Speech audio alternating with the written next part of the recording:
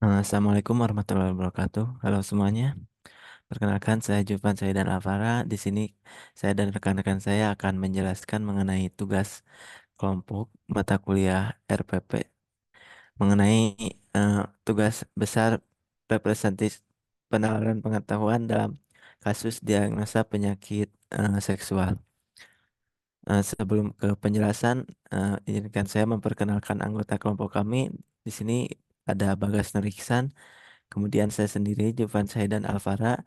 Kemudian ada Muhammad Syafwan Abdullah dan Nabhan Torik Arianto. Di sini eh, kami akan menjelaskan mulai dari instalasi Protege, kemudian pengenalan Protege, deskripsi kasus yang kami angkat, kemudian solusi-solusinya, serta penerapan kasusnya dalam Protege. Eh, untuk mm, instalasi Protege akan dijelaskan oleh saya. Eh, Caranya kita pergi ke browser, kemudian ketik Protege, kemudian klik pada website protege.stanford. Kemudian akan muncul tampilan seperti ini. Di sini ada tombol download, kemudian kita klik. Eh, Kemudian download for Windows karena kita menggunakan sistem operasi Windows. Setelah kita download, eh, file downloadan eh, akan terdownload dalam bentuk zip seperti ini. Eh, kita cukup melakukan ekstraksi file tersebut untuk menjalankan aplikasi Protege.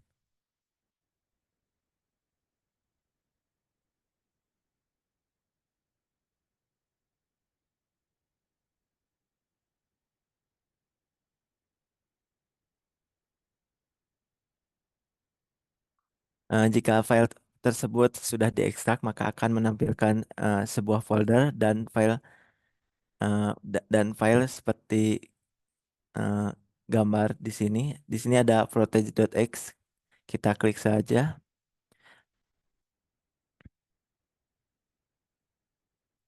maka Protege ini sudah terdownload di aplikasi kita. Kemudian selanjutnya mengenai pengenalan Protege akan disampaikan oleh Saudara Bagas. Kepadanya saya persilahkan. Baik, terima kasih kepada moderator. Di sini saya akan menjelaskan mengenai pengenalan Protege. Untuk yang pertama yaitu Protege itu adalah alat atau aplikasi pengembangan ontologi yang membantu Anda membuat, mengelola, dan memanipulasi ontologi dalam format OWL dan RDF. Oke, untuk selanjutnya lingkungan kerja Protege. Jadi terdapat beberapa bagian utama Protege, yaitu meliputi menu bar, toolbar, workspace, dan panel. Nah, jadi pertama menu bar. Menu bar ini terletak di bagian atas jendela Protege, menyediakan akses ke berbagai fungsi dan fitur seperti membuka dan menyimpan proyek, mengkonfigurasi pengaturan, dan menjalankan listener. Oke, selanjutnya workspace.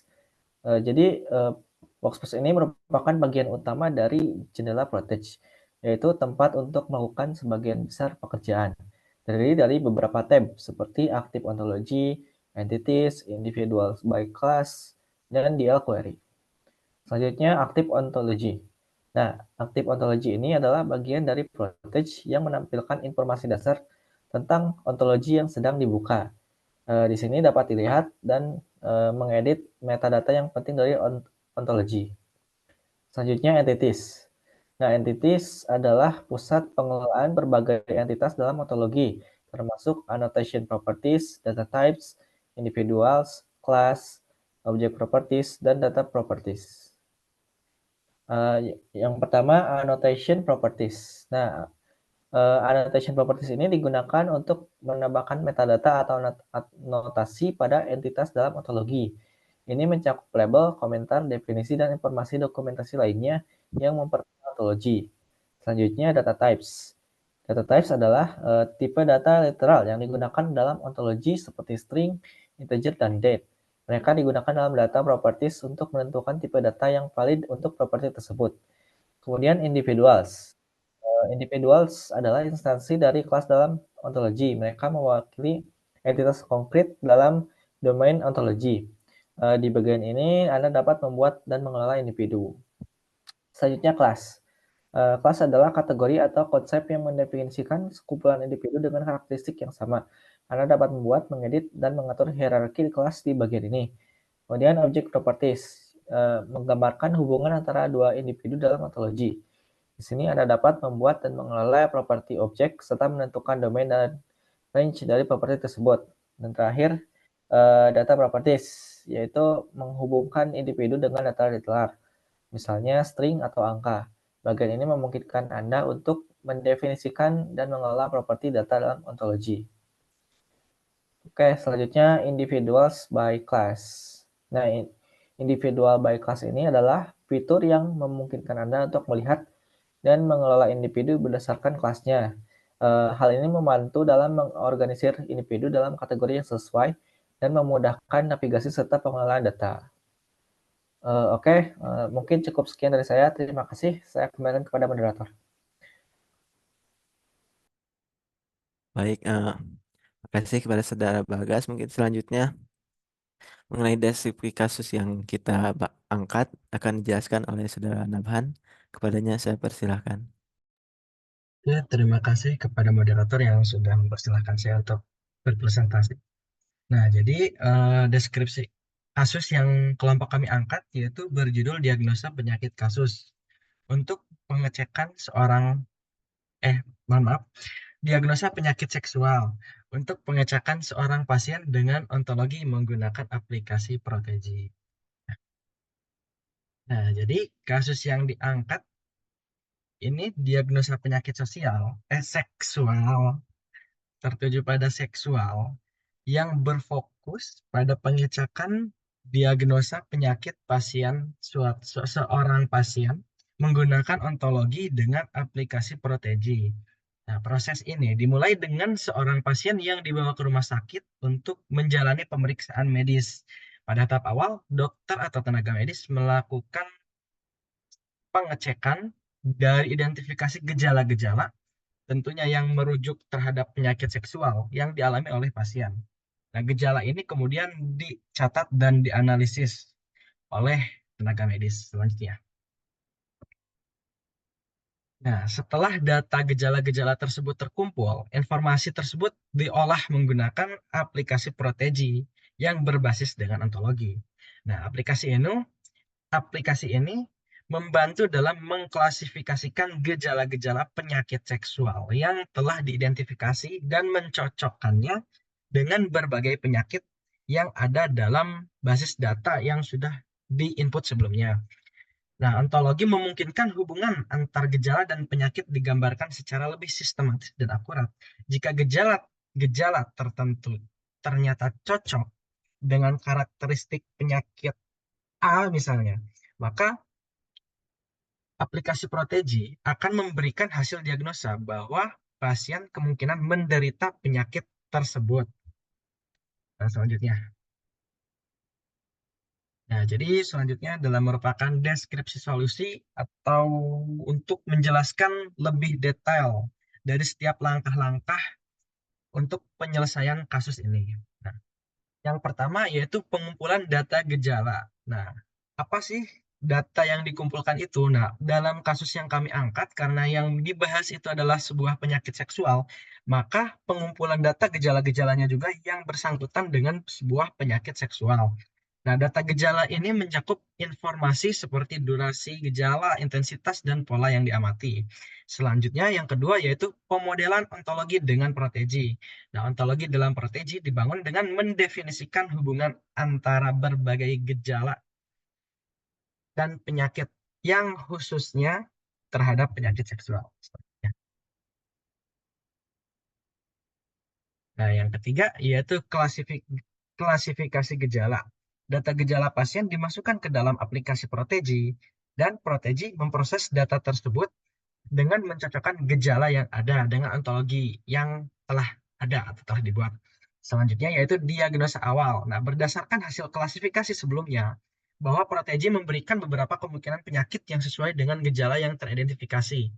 Nah, setelah itu dokter kemudian mengevaluasi hasil untuk memberikan diagnosa awal yang lebih terarah selanjutnya.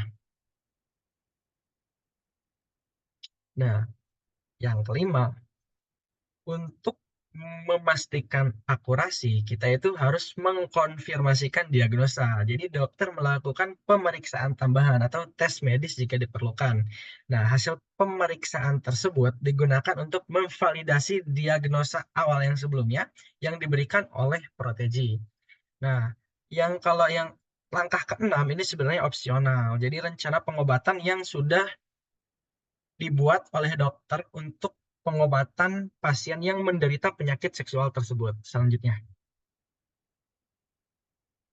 Nah, untuk keuntungan solusi mungkin ada 3 di sini. Dari efisiensi, yaitu proses diagnosa menjadi lebih cepat karena otomatis dan dalam pengolahan data gejalanya. Yang kedua, menambah akurasi. Jadi menambah dalam mendiagnosa atau mengidentifikasi sebuah penyakit tersebut.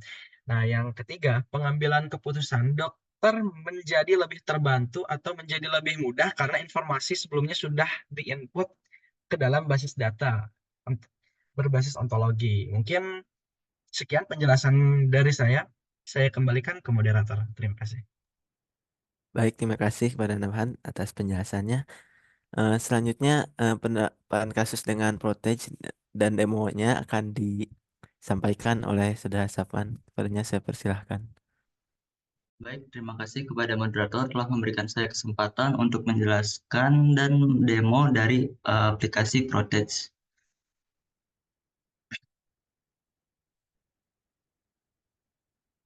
Nah, di sini adalah halaman utama dari Protege, yaitu pada tab Active Ontology.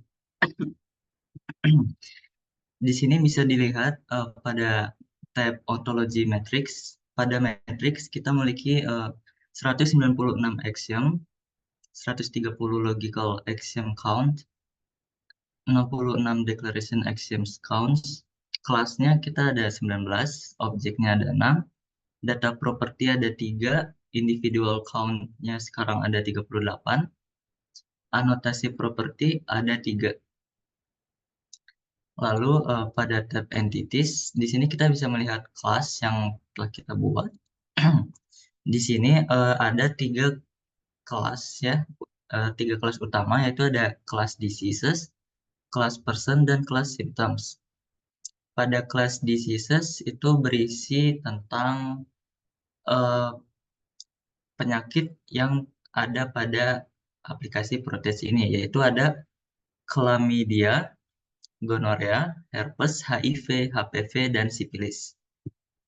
Lalu pada kelas person memiliki 2 turunan, yaitu dokter dan patient. Kelas dokter memiliki 2 turunan lagi, yaitu expert dokter dan general practitioners. Expert dokter yaitu untuk dokter khusus atau dokter ahli, dan general practitioners yaitu dokter umum. Lalu pada kelas patient ini mempunyai turunan dari pasien-pasien yang terindikasi penyakit seksual seperti chlamydia patient, gonorrhea patient, dan lain-lain. Lalu pada kelas symptoms ini berisikan tentang kelas simptom dari penyakit seksual seperti chlamydia symptoms. Pada kelas chlamydia symptoms ini berisikan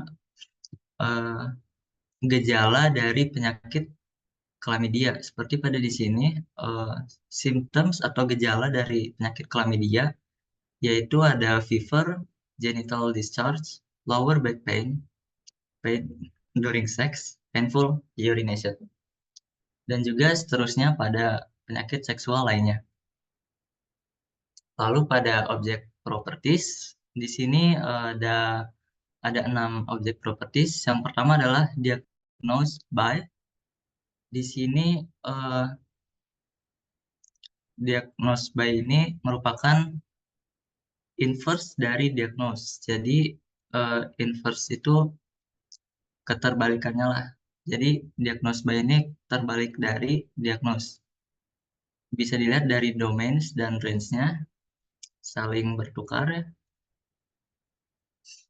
Dan has disease pada objek property has disease memiliki domain, patient, dan range diseases.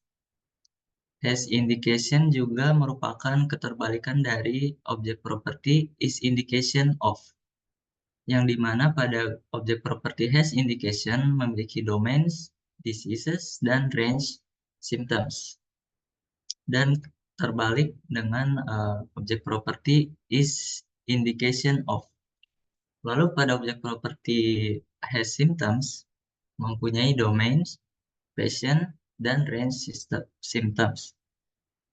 Jadi penggunaannya itu patient, has symptoms.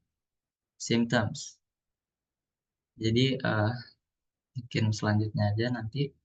Di sini pada data property ada 3, yaitu dokter ID dengan domains dokter, range-nya atau tipenya integer, lalu ada name, domains-nya person atau untuk person, range-nya string, patient ID untuk patient atau domains-nya patient, range-nya atau tipenya integer.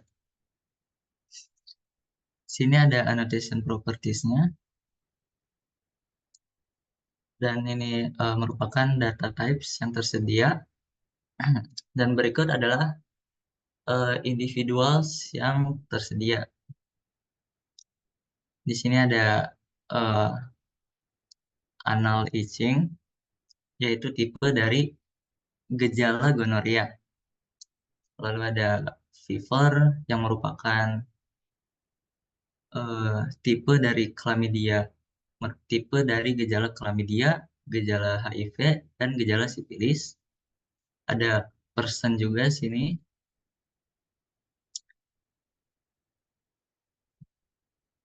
Lalu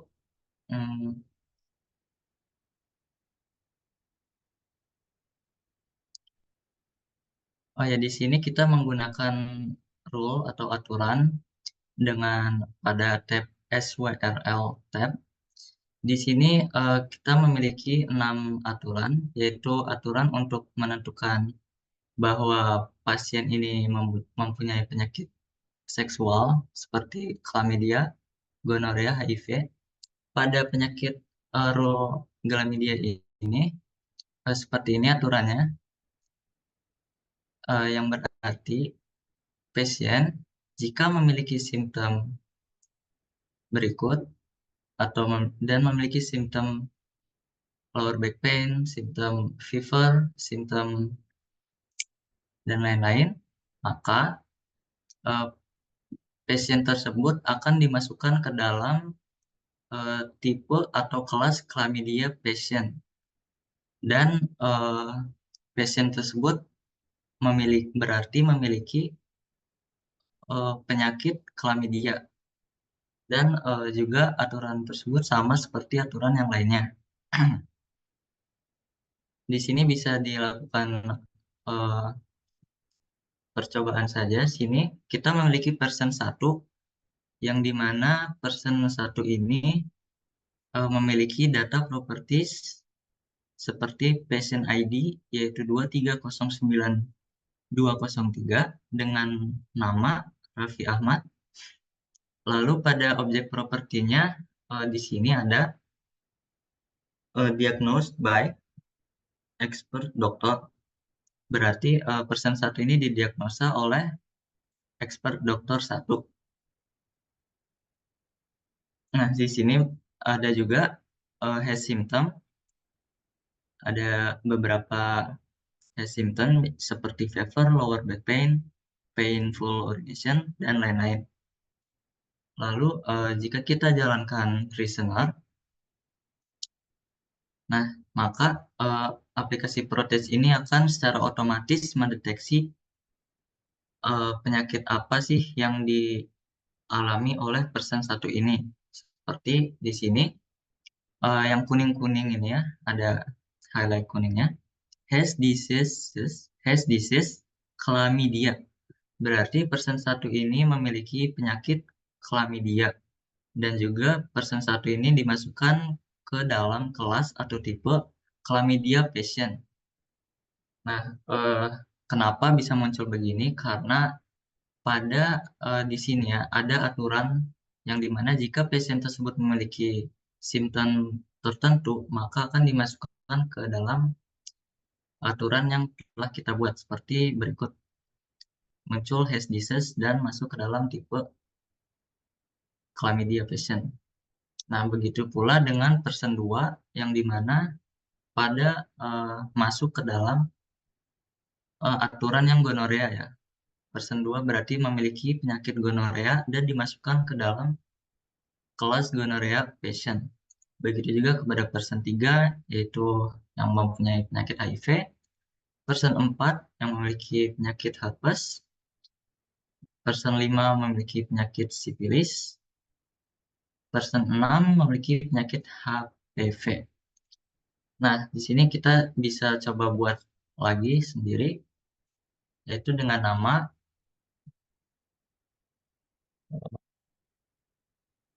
halo,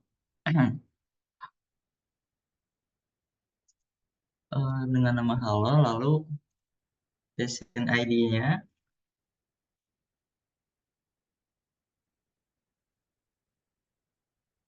Nah, di sini jika person ini atau pasien tidak memiliki penyakit yang atau tidak masuk ke dalam aturan yang telah kita buat di sini atau tidak memiliki penyakit simptom khusus, maka misal person ini hanya memiliki gejala demam. Maka jika dijalankan aplikasinya, person ini hanya akan masuk ke dalam tipe pasien saja. Tapi jika seperti pada person sebelumnya, jika memiliki gejala yang cukup untuk bisa masuk ke dalam aturan atau memiliki banyak simptom, maka akan termasuk ke dalam person atau pasien yang memiliki penyakit chlamydia atau penyakit seksualnya. Jadi pada kelas tersebut yang telah kita jalankan, maka di sini akan muncul person 2 pada tab individuals dalam kurung invert. Nah, di sini pada kelas chlamydia patient, person 1 termasuk, lalu pada gonorrhea patient, person 2, pada herpes patient yaitu person 4 masuk, pada HIV patient yaitu person 3, HPV person 6, sipilis person 5. Nah, kalau yang nggak masuk tadi, person 7 hanya masuk ke dalam patient. Nah, di sini tidak ada ya person 7, berarti masuknya ke pasien saja, yaitu tidak memiliki penyakit seksual, hanya mungkin sakit biasa saja. Di sini juga dapat melihat grafnya dengan pada tab ontograf. Di sini kita bisa lihat bahwa grafiknya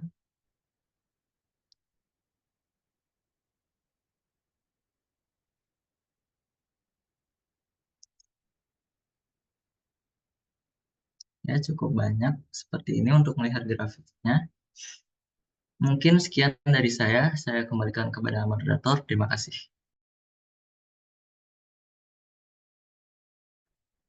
Baik, terima kasih kepada Stefan yang sudah menjelaskan mengenai eh, penerapan eh, kasus eh, penyakit penyakit seksual pada aplikasi Protege. Mungkin sekian presentasi dari kami. Mohon maaf bila banyak kekurangan dan kesalahan. Wassalamualaikum warahmatullahi wabarakatuh.